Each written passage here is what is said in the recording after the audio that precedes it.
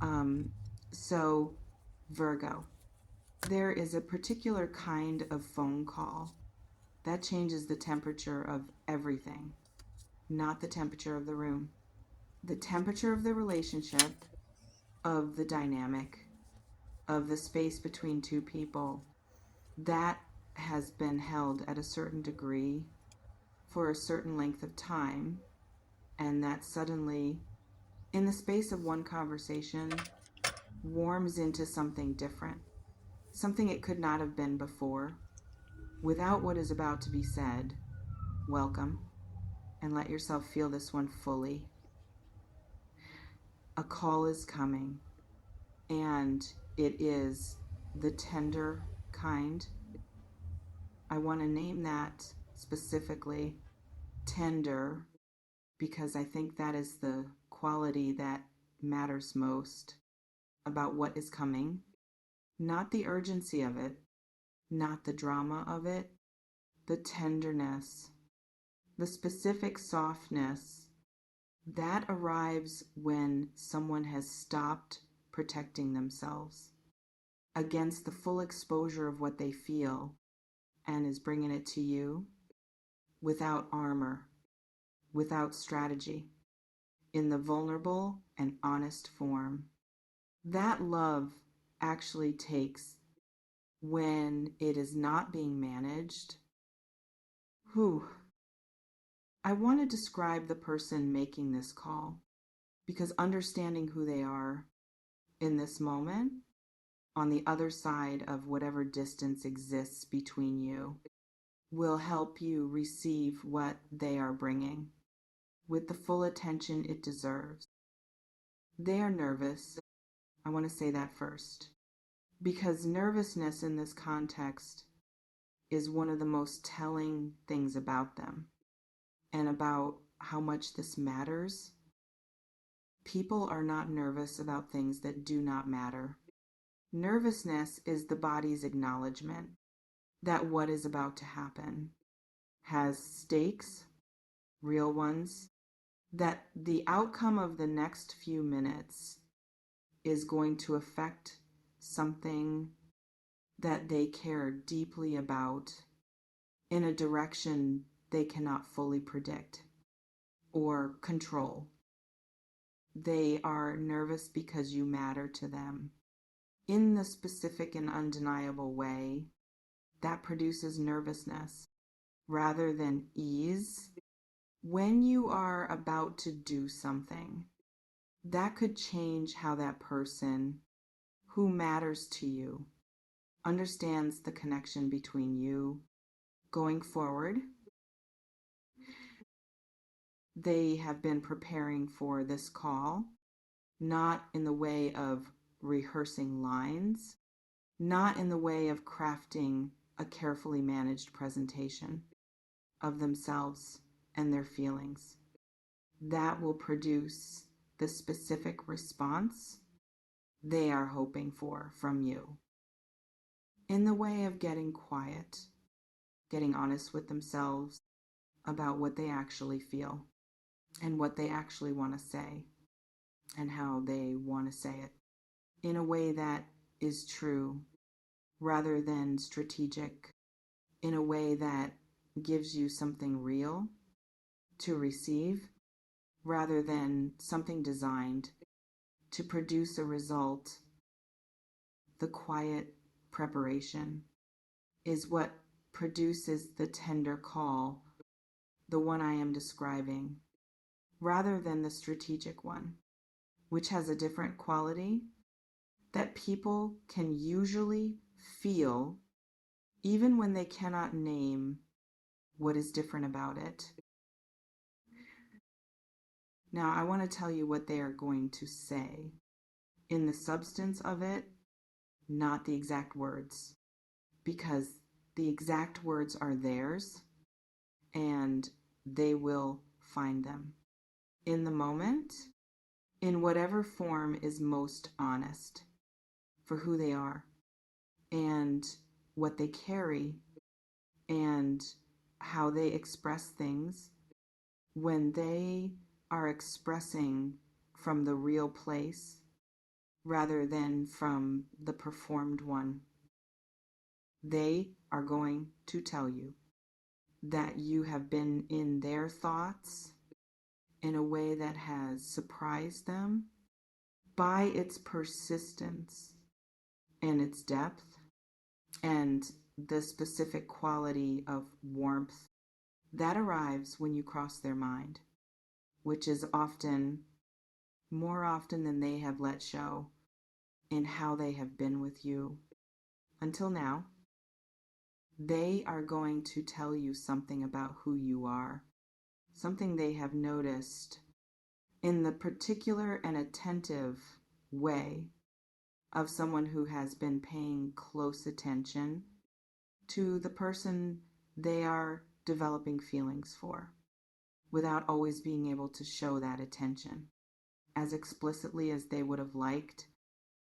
And they are going to say something about what they want, not in a demanding way, in the honest and slightly exposed way of someone who has decided that continuing to not say what they want is costing them more than the vulnerability of saying it and having you decide what to do with it.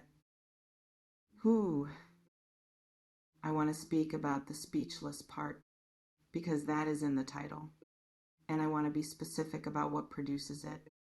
In this particular call, you will be speechless, not because what is said is shocking, not because it comes from a completely unexpected direction, but because of the tenderness of it, the specific quality of care that comes through in how it is said, in the nervousness behind the words, in the specific courage it took to say these particular things to you directly without the protection of ambiguity or distance or the managed version of feelings that is safer to express because it commits to less. This commits to something, and you will feel that commitment in the first moment of hearing it, before you have processed the words, before you have understood what it means for what comes next.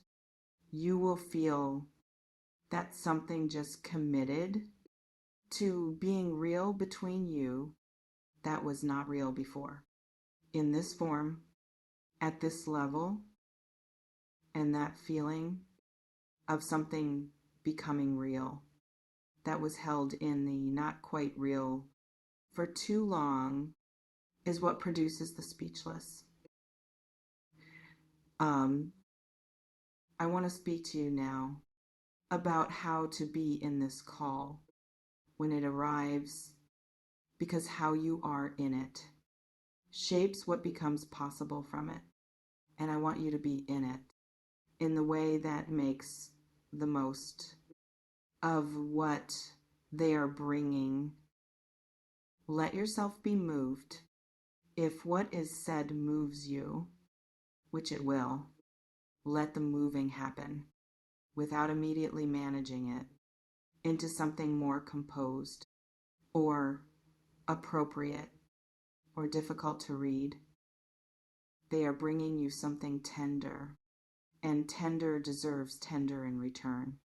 Not necessarily in words, not necessarily in an immediate and complete expression of everything you feel, but in the quality of how you receive what they offer, in the willingness to let it actually reach you, rather than being received from behind glass by the managed version of you that keeps things at a safe distance until they have been assessed and processed and deemed safe to fully feel.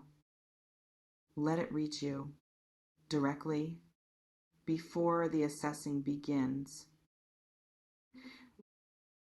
And when you respond from what is actually true in you about them in the honest, unperformed moment of what their words produce in you. You do not have to have the perfect response. You do not have to have everything figured out about what this means, or where it is going, or what you want from here before you respond.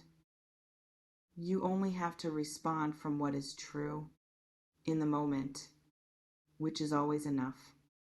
For the beginning of something real, between two people who are both willing to be honest at the same time, without requiring the other to have it fully figured out first. I also want to say something about the pause that might come after what they say. Before you find your words, if the speechless is real, and it will be, the pause is not awkward. I want to say that clearly, because in the moment, a pause after someone has said something tender and honest and slightly exposed can feel awkward in the particular way of silence that follows something that required courage to say and is now waiting in the air. For a response, the pause is not awkward. It is full of what was just said and what it is producing in you, and the arrival of words that are forming themselves from the most honest place in you before they are ready to be spoken. Let the pause be full rather than rushing to fill it with whatever comes first, rather than what comes true. The call is coming, the tender kind, from someone who has been carrying something about you that is now ready to be said. In the full and honest form it was always going to take. When the moment was finally right, the moment is right. Receive it with the same openness that it is being brought with, the same lack of armor, the same willingness to be in it, fully, without the glass. Because what is coming toward you deserves to arrive somewhere warm, and you are exactly that.